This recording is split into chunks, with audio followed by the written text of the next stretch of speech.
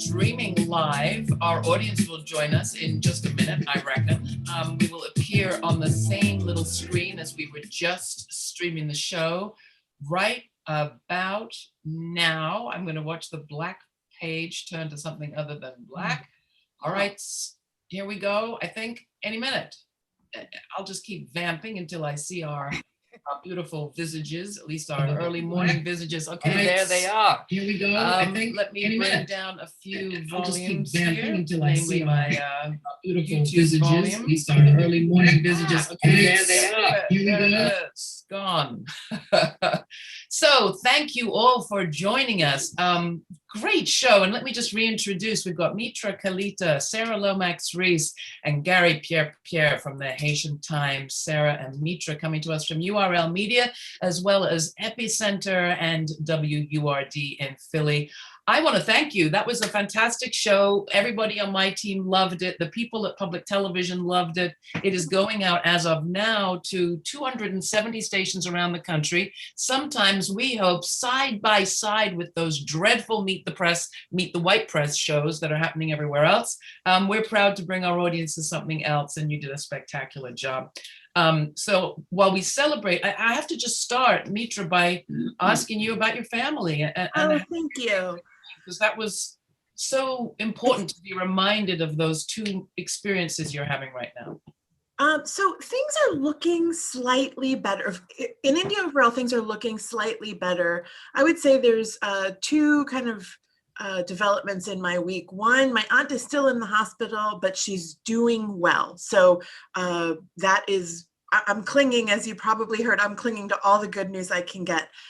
The second piece, which really surprised me this week, is we've started to hear, Epicenter has started to hear from organizations in India saying, could you guide us on the process of booking vaccines?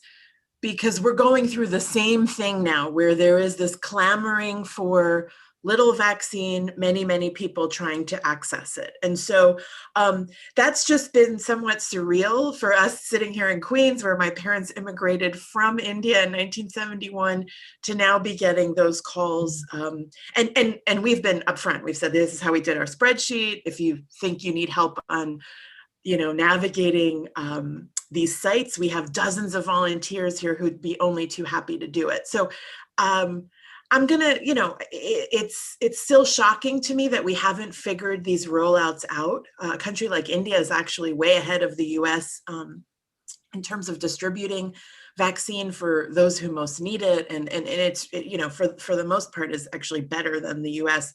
But it still feels a bit of a mess, and a little bit of that game of who being everything. And how about you, Gary? You talked about learnings from Haiti. Anything you've figured out about why the death rate remains so low on the island from this disease? We haven't figured it out yet, but there's the theories that are going on is that because Haiti has had some social upheavals the last 3 years. Since 2018, there's been few outsiders coming into Haiti. And so, as we know, that's how this virus is spread. And more importantly, the medium age in Haiti is like about 20 years old. So this is a very young country. And also the whole idea in Haiti, people don't live indoors. You're always in the courtyard, you're always out in the bad open air because it's so hot, you don't have air conditioning. Sometimes people just sleep outside on the roof of their houses to just get fresh air. So we think that's what has helped. But we have pushed our luck. We have taken very little measures. The government opened up the country about 6 months ago, which was, to me, unwise. And so now we see a little uptick. But I'm hopeful that we won't see the kind of tragedy that we've seen in the US, in India, in Brazil, the bigger countries. So we're still monitoring very closely. We did a story recently talking to, where we interviewed one of the leading experts in Haiti on infectious disease. And he explained the situation. They're still monitoring it, and they're taking it very seriously now, finally, after taking it seriously early on. And what about you, Sarah? How's WURD doing in terms of distributing information about COVID? I wanted to hear more about WURD after listening to the show today. Yeah, I mean, there's the city of Philadelphia originally was going to open up completely on June 11th, and they actually pushed it up a week. So the city is going to open back up, and it's a little bit later than the rest of the state because our rates were somewhat higher. There's still, an interesting vaccine hesitancy issue in Philadelphia. I think the vaccination rates, they're improving and things are much more under control. But there's still a lot of people, particularly younger people, who are choosing not to get vaccinated. And so what we're starting to really look at, and what I am personally looking at from an employer standpoint, is how corporations are starting to mandate vaccination requirements in order to come back to work or to be hired, or, what does that look like? And what are kind of the EEOC issues related to that. But I think that they're one of our biggest employers, Penn Medicine, mandated that their employees had to be vaccinated. And that was like, that kind of opened the floodgates a little bit for the rest of the corporate community to start taking a harder stance around vaccination policies in terms of workers. So we're looking at that. We have an initiative called Livelihood that is all about work and wealth. And so we're looking at what does that mean for frontline workers and workers at all different levels of the corporate structure. So how are you going to handle that at WURD? And then, of course, my question is, this is exactly, I think, where we need kind of government policy. So each corporation and business isn't having to decide for themselves. And yet that policy needs to be very carefully tuned, because as Gary reminded us, the experience of AIDS was nothing we want to repeat. Right. How are you handling it at WURD? You're an employer. Yeah, right. Well, we're feeling our way through it. I mean, the first thing that we're doing is a vaccination survey of our employees. Like, how many people have been vaccinated? How many people, are there medical or religious reasons why people are choosing not to be vaccinated? We're just trying to get an understanding of the lay of the land as a first step, and then based on what we get back, we'll move accordingly. But we are starting, a big part of our outreach is to be out in the community with live events. And so we've been dead in the water for a year, but we're starting to go back out into the community. And that requires people to be vaccinated and to have certain protocols. So we're, like everyone else, we're feeling our way through it, but, taking our cues from other organizations as well. Anybody else want to weigh in on this? Maybe on the question of what sort of policy we'd like to see, Mitra? Well, I have started hearing this week, because Epicenter has been doing, bookings for vaccines. That was like our overt community outreach over the last few months. And now the community outreach is pivoting. So just to give you a sense, one email I just got was from the head of a performance group. Everyone is vaccinated except for one person, and they're very nervous because when they go perform in venues, to your point, Laura, people are asking not just, are you vaccinated, but they're asking for cards. In New York, we have this thing called the Excelsior app where you can show that there is no vaccine passports officially, but there kind of are vaccine passports, right? So she said, listen, I'm coming to you because I don't want to be a jerk on this. And I was like, well, so you want me to be the jerk? I don't even know this woman. However, what I did with her, and I think this is like where we're at to what Sarah's talking about with, and this person is a person of color. The vaccine hesitancy cannot be addressed with a script from the CDC. It's just not going to work. Mm-hmm. And so I literally said, what are our points of entry for this person? Does she go to church?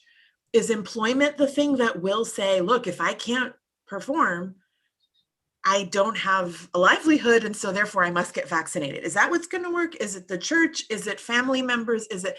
And so we sort of went through this process. I'll let you know in a month whether it worked, but it looks like the scenarios now of vaccine hesitancy must be addressed as not, oh, look, it's, Jay-Z getting vaccinated, isn't that great? Or it's President Biden getting vaccinated, isn't that great? It really does need to be person to person, not polarized in the way that we've come out of all of our political debates in this country, but much more of a, what are the obstacles? How can we help you get there? And as you know, Laura, that is not how political rhetoric in this country has gone down for the last few years. It is not kind or compassionate. It's also not how media operates and thrives. Media, money media, clickbait media likes conflict, and just two sides, good and bad. That's right.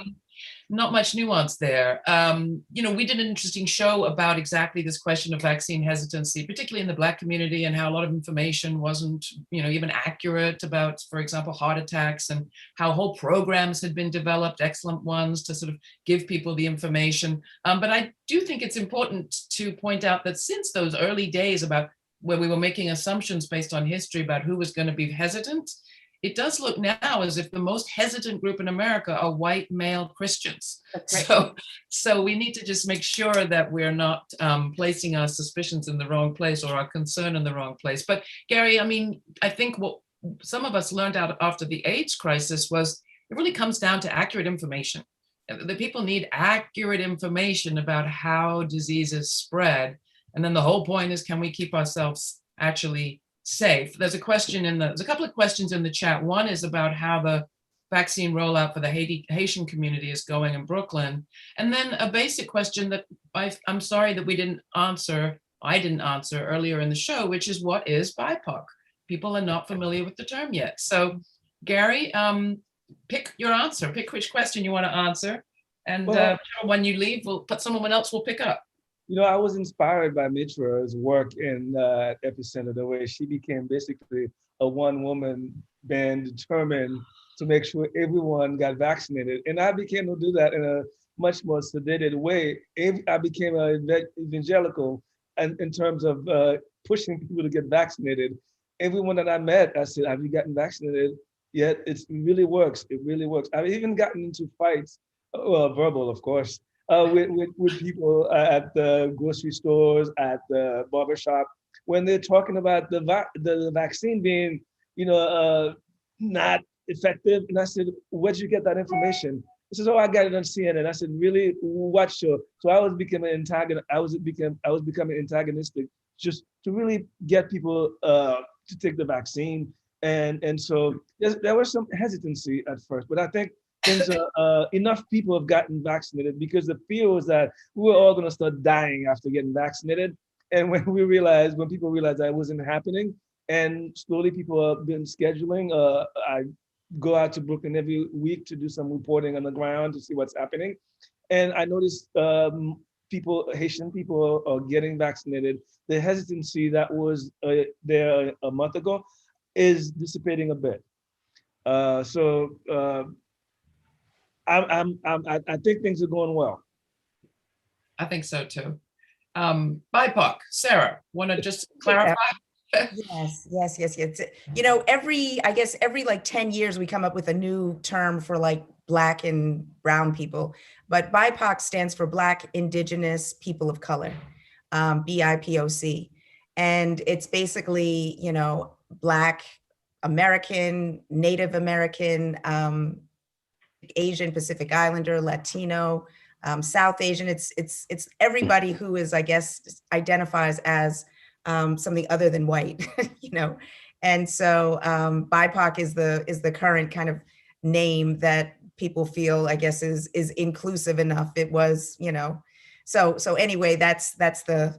Why do you think it was important to come up with a name that had Black and Indigenous identified separately from the bigger category of people of color?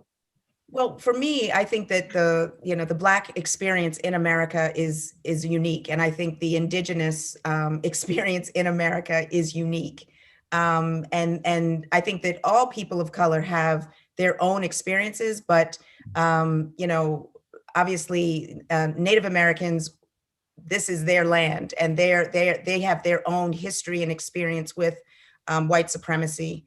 Black Americans have their very specific experience. And I appreciate the fact that those two communities are being centered in this acronym of BIPOC, because their experiences are different than what other people of color's experiences have been in this country. And I think that requires some specific acknowledgement and remediation.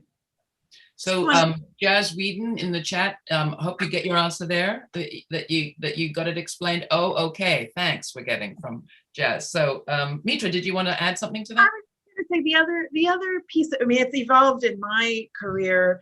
I remember being a part of an urban journalism workshop, and the word urban was kind of, people raised eyebrows at it. That pivoted to a minorities journalism workshop.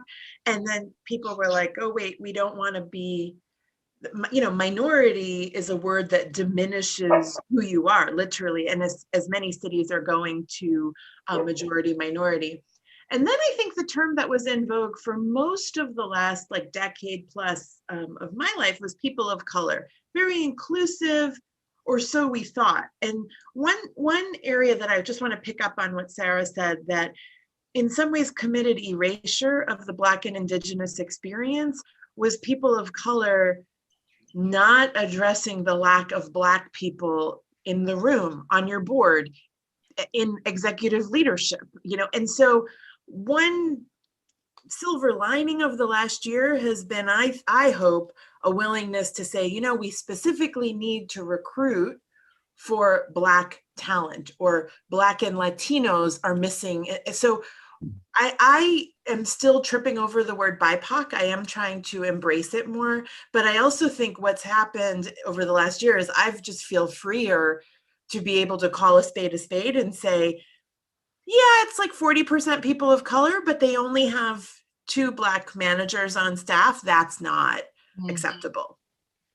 Yeah, I think that this country has serious problem with looking straight in the eye of anti-Black racism. You know, like talking specifically about we see what's happening with the 1619 project and Nicole Hannah-Jones and you know, the backlash around critical race theory. This country has the most difficult time looking honestly at its history, its accurate history, and because it's a very brutal, you know, tragic, traumatic history, you know, targeted specifically at Black American people and Indigenous people. And so I think that we've tried to whitewash that. We've tried to, you know, blur the lines, but I'm hoping that, and we know that this country also has a history of, you know, shrinking away from looking directly at it and addressing it and confronting it. And so I hope that we do not allow that to happen as people, you know, start to weary around, you know, get weary around addressing anti-Black racism. Yeah. I mean, one of the great things about this episode, and I look forward to the months to come, was your just brief comment, Sarah, at the introduction about the Black roots of Memorial Day sent me looking into David Blight's report, you know, record of what happened, and was so startling to think, like, what if since 1865, we, especially white Americans, had been celebrating the defeat of white supremacy in practice and in theory? Like, where might we have come as a nation if we had actually been celebrating that holiday? And, you know, when all one can do is say, okay, well, let's start now. But it took you mentioning it for me to go and look. I didn't know that history, and I think I know a lot of history. So, you know, thank you. And I felt robbed again. Gary. Sorry for interrupting. No, one of the things I wanted to pick up on your point about history, I think there's a lack of civic and history learning in elementary and high school, and even at the university level. I think a lot of us are uninformed about this country's history. And that's why you have a lot of ignorance. A lot of people don't know about the Black contribution to this country over the years, because they've been, you know, fed this narrative that we are, you know, social deviants, and it sells because they have the pictures to show for it. And I think we are failing. I think the schools, in terms of, you know, getting history rights and what happened to the real Americans, I'll call them that, because there was their land that, you know, we all came here and we took and excluded them from a lot of that. And I know the average person just has no clue. Even the highly educated people sometimes don't have clues overall about American history and our role in the world and the way we interact with other nations currently. And I think that's really important. And unfortunately, it's a challenge for the schools to address. And you're being generous. Also, history not lifted up is Haitian history. Just Well, why do Haitians occupy such a place of disdain in the US goes back 200 years. Well, yeah, 1804. We stuck in this is why Haiti is the way it is, 1804, because quickly, I don't want to get, although I raised the point of history, but I don't want to get to a history lesson. When Haiti got its independence in 1804, it was a time when France and England were embroiled in a 100-year war of the Roses, and they were, whoever the other one was fighting, it was the other countries was naturally the ally. So for instance, when United States was fighting England, there were French sent Haitian troops to the United States in Savannah, Georgia, and in other places to fight for America's independence. And so did England, it sent troops to help Haiti fight its war of independence against France. But here's a big question. Here's a big rub, rather. The deal was after independence, England would be Haiti's trading partner, right? So perfect, it's a superpower, so Haiti will be okay. But the United States talked to England and said, listen, this is not a good idea. You're gonna have a Black nation right there about 200 miles south of us. And so what about the American South? You're gonna destroy the country. And England said, oh, you got a point. So for 100 and something years, Haiti had no trading partners. To make matters worse, France imposed sanctions on Haiti for having the temerity of getting its independence. So that's why Haiti is today. So we started badly, and we've been trying to get out of this morass we've been in because, I'm not a conspiracy theorist, but back then, the major European powers conspired to keep Haiti down. And make them pay for their freedom. Yes. That's not a conspiracy theory, Gary. That's fact. Yes, That is but some history. people who are listening might think, oh yeah, this is, but yes, absolutely fact, absolute fact. Fact. So just imagine if our Memorial Days were about remembering some of this history. I hate to be kind of pie in the sky. Maybe we could do this all differently, but I'm feeling these are the kinds of conversations that you're going to be bringing through URL Media, not just to our audience, but to the country as a whole. One quick question for the four of you, or the three of you, is what it's been like starting this network. And as we talk about BIPOC and this kind of delicate balance between the particular and the broader, how's that going? How's that going, pulling together a network, a relationship between such diverse outlets? Mitra? Sure. I mean, there's one piece of it which I think, just to dovetail off of our conversation around history, is to also remind us that racism is not in our past and it is our present, which might sound so simplistic, but if you look at many of these commemorations or these newspapers apologizing for, or magazines apologizing for hundreds of years of racist history, sometimes you don't have to look that far to say actually things are still pretty bad. And so one part of URL is also just to kind of continuously thread that needle to where we are today.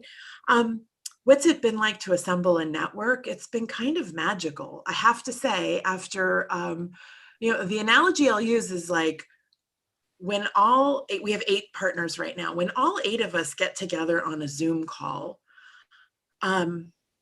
to talk about our needs and find such common ground, but also there are elements of how we were all raised that are really inclusive and generous. And Sarah and I were raised in hilarious households where she'll talk about her brothers and my brother. So there's something about that is, I imagine, like no other startup out there. And I share that because we're all storytellers. And so we really connect through this inclusive belief, but also we kind of come to it very mission driven. And it's just so clear that people's backgrounds, someone like Gary, to leave the New York Times and start the Haitian Times is a real risk.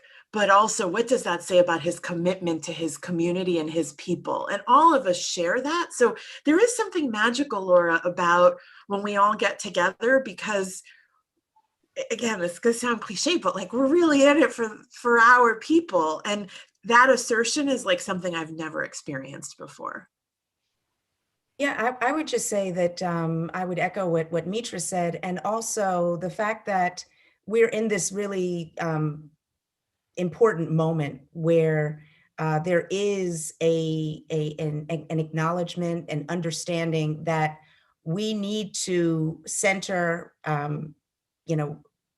Black communities in an effort. And that was one of the things Mitra said to me early on that really, I think, solidified our partnership. She said, if we can figure out how to address anti-Black racism, we can figure it out for everyone else. Because it's so deeply entrenched in this country. And so the fact that we are bringing together, Asian, immigrant, Latino, and all of these high performing BIPOC media organizations to cover stories that serve our communities in very powerful ways, we're also finding those commonalities, those through lines. And I think when we aggregate our power, like the Black community, the African-American community is 12, 13% of the US population. But when we add in Asian and Latino and immigrant and all, it comes to like, 60, 70, 80%, it's a huge number. And so when we all come together, we have the potential to move the needle. And another thing that Mitra mentioned that I thought was really profound is like, when you look at like Martin Luther King and Malcolm X and these like real revolutionary warriors, their power started to like aggregate and magnify when they started looking at the world. King went to India and studied with Gandhi, Malcolm X went to Mecca. And, so there was this sense of a more global approach to beating oppression. And I think that if we have the ability, without diminishing each individual community's experiences and stories, but we amplify them, I think that it could be incredibly transformative, not just for America, but for the world. Gary, you want to come in on this? Well, yeah, absolutely. I mean, when Mitra called me and told me that she was studying this and wanted me the Haitian Times to be a partner, it took only like a second or two for me to think about it and accept it, because I know Mitra, we were kind of a kindred spirit, just the rebel in us. And I've known of Sarah through NABJ in Philadelphia, but we hadn't met. So I knew that the partnership was really something that up to our sweet spot. This is exactly the kind of people we want to be around, do the kind of work, we are on the same page on a lot of things. But also when, Mitch, were talking about my decision to leave the New York Times, and I think this moment, it has